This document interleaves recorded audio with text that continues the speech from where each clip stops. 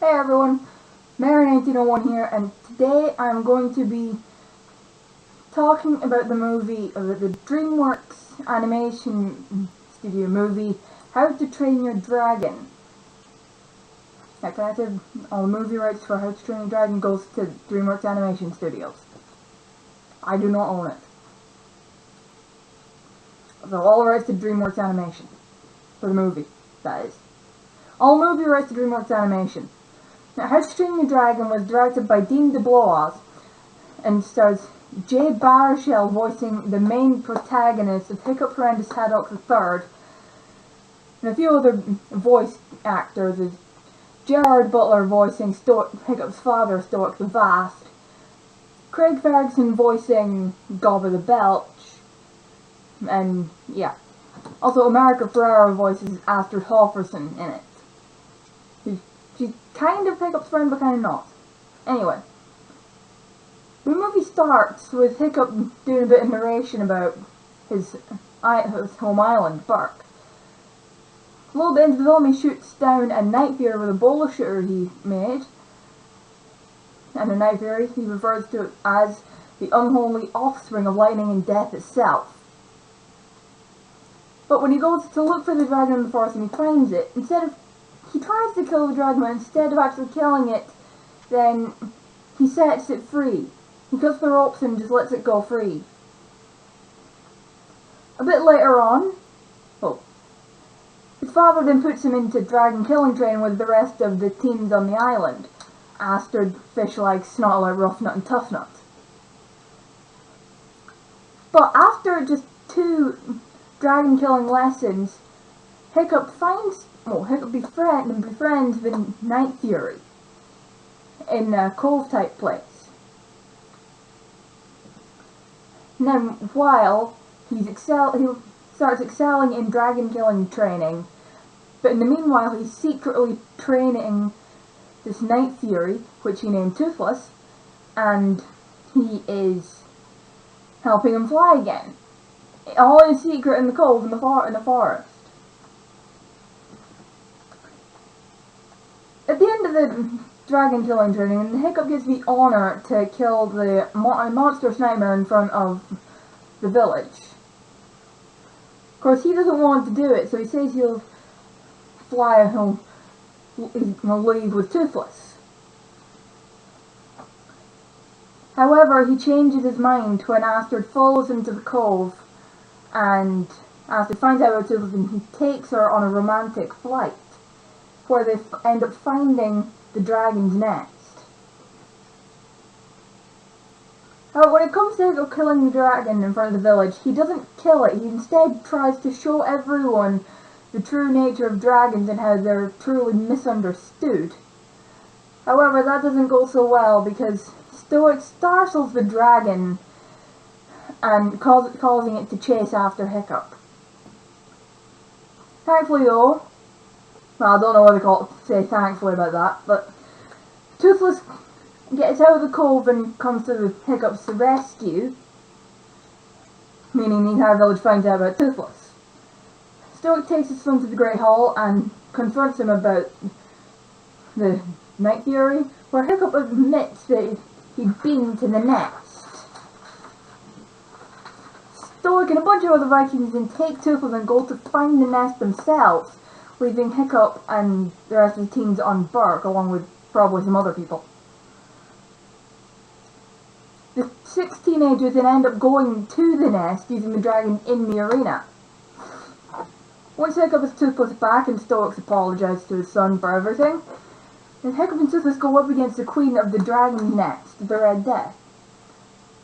After about time, when the Red Death explodes, crashes into the ground and explodes, and when Hiccup and Toothless are trying to escape the explosion, Hiccup gets knocked off of the back of Toothless by the Red Death's massive tail, causing him to fall into the explosion. However, Toothless dives after him and saves him.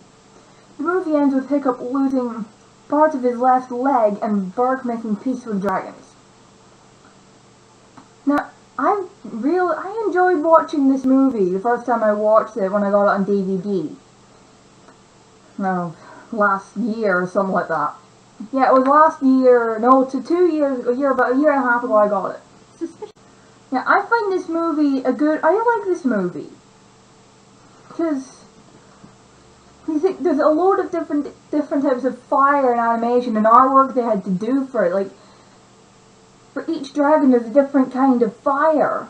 Like, there's kind of an oil-based fire for the monstrous nightmare, a powerful plasma blast for the night fury, magnesium-based fire for the deadly nadir, kind of like shots of fire for terrible terrors, and kind of like molten lava blasts for gronkles. Also, there's a ton of different types of dragons in this movie, and they're all so different. There are loads of different features and different looks. Like the nadir has spines, the nadir has a really long tail and really long wings. The terrible terror, that's the smallest dragons in the dragon world. Gronkles are large and boulder-like. They are boulder-cloth dragons after all. And yeah, it's just it's amazing how they were able to animate many different types of dragons.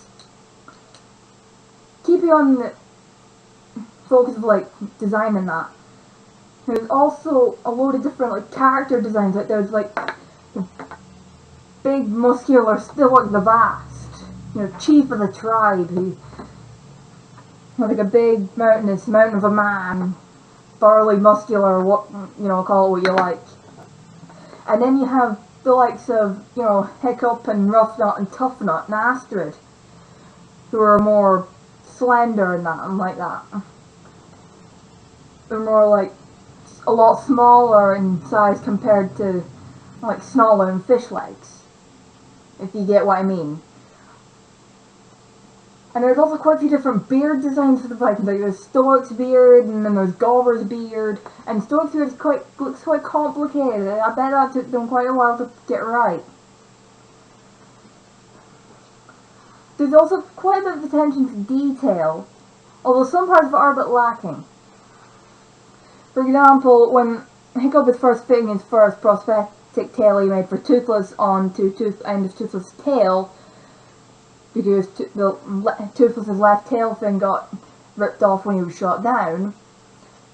When Toothless takes off, you notice that the basket that dropped from his head, which he was eating fish out of, had disappeared when he took off.